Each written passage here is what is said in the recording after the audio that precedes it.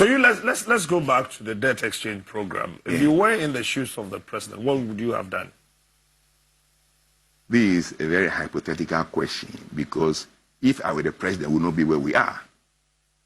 Now, you are talking about the Fifth Republic, so assuming... Yeah, okay, so the Fifth Republic, if you're going to start... No, I'm not talking about the Fifth Republic. I'm just using the Fifth Republic as an example. So, for example, if you, by the grace of God and the will of the people, yes, you have the mandate tomorrow, you come and meet same problem. Yes. How are you going to manage it? So, like I said before, it is the deficit that drives the debt. So the first thing is to put the budget into surplus by cutting the expenditure. And how do I do that? How do I propose to do that? You can do that at many levels at the same time. First of all, under this same condition, under this same constitution, even this constitution,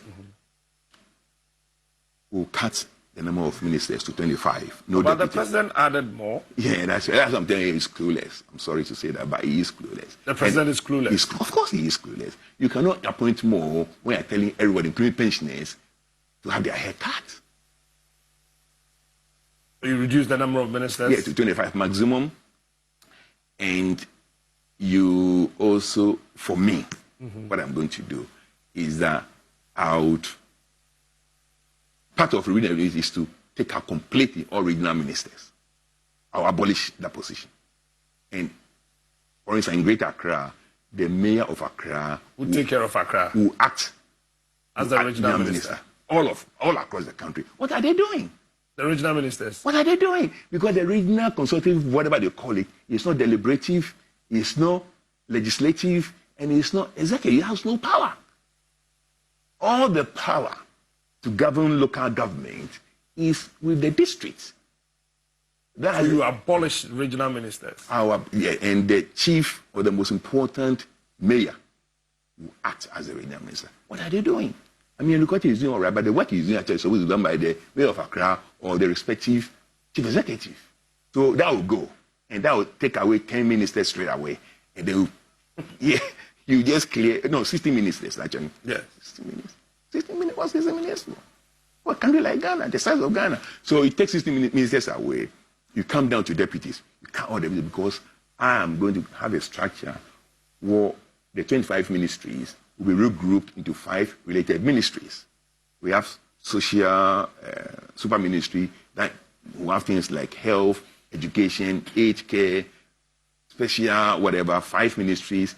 And what will happen is that we call, so we have those 5 super ministries, and the head of each super ministry is going to be a senior minister.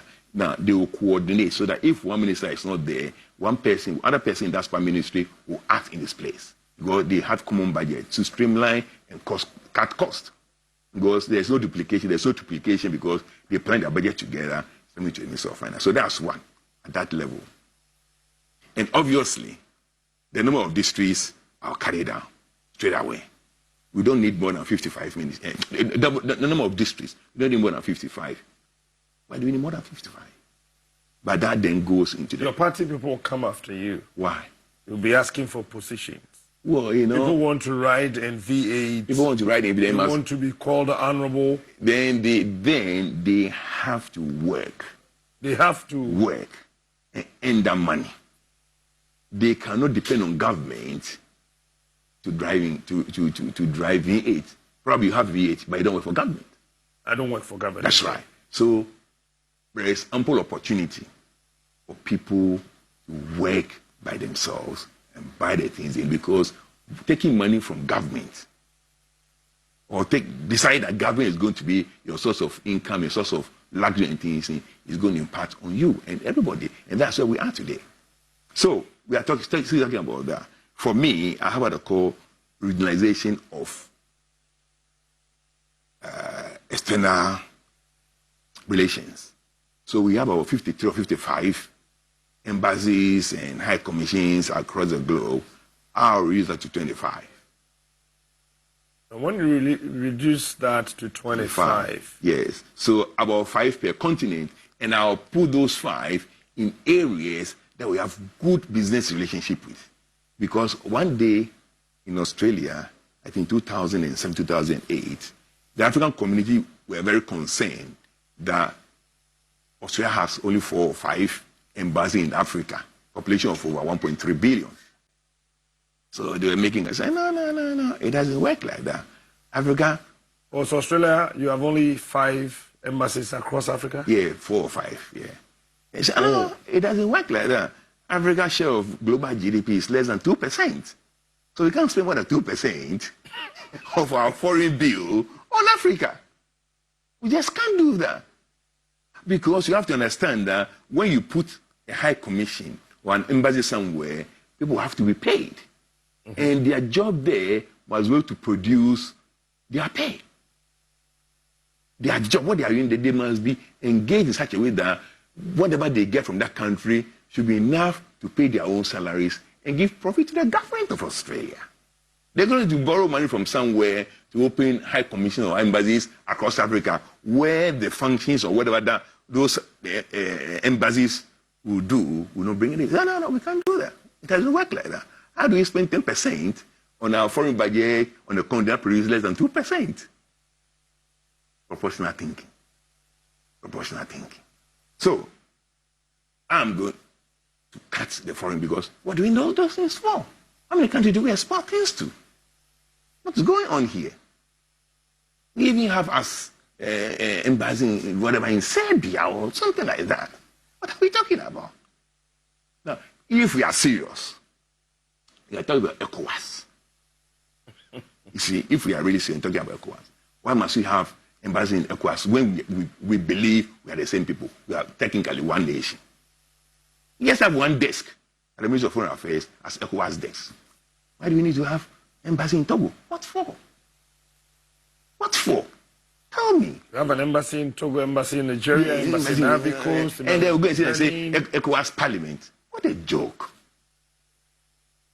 What a joke. The ECOWAS Parliament is like the European Parliament. Because we just copy without thinking. We copy without thinking. Of course we do. Of course we do. Of course. So now, there are so many areas of cutting cost.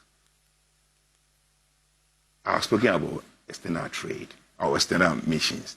I was speaking about ministers, DCs, cutting of the regional ministers. And then, you know, as a follow-up, we're going to reduce the number of parliamentarians to 100. Yes, you said 200. 200. Okay, so now today we're wearing this T-shirt. I stand with the pensioners.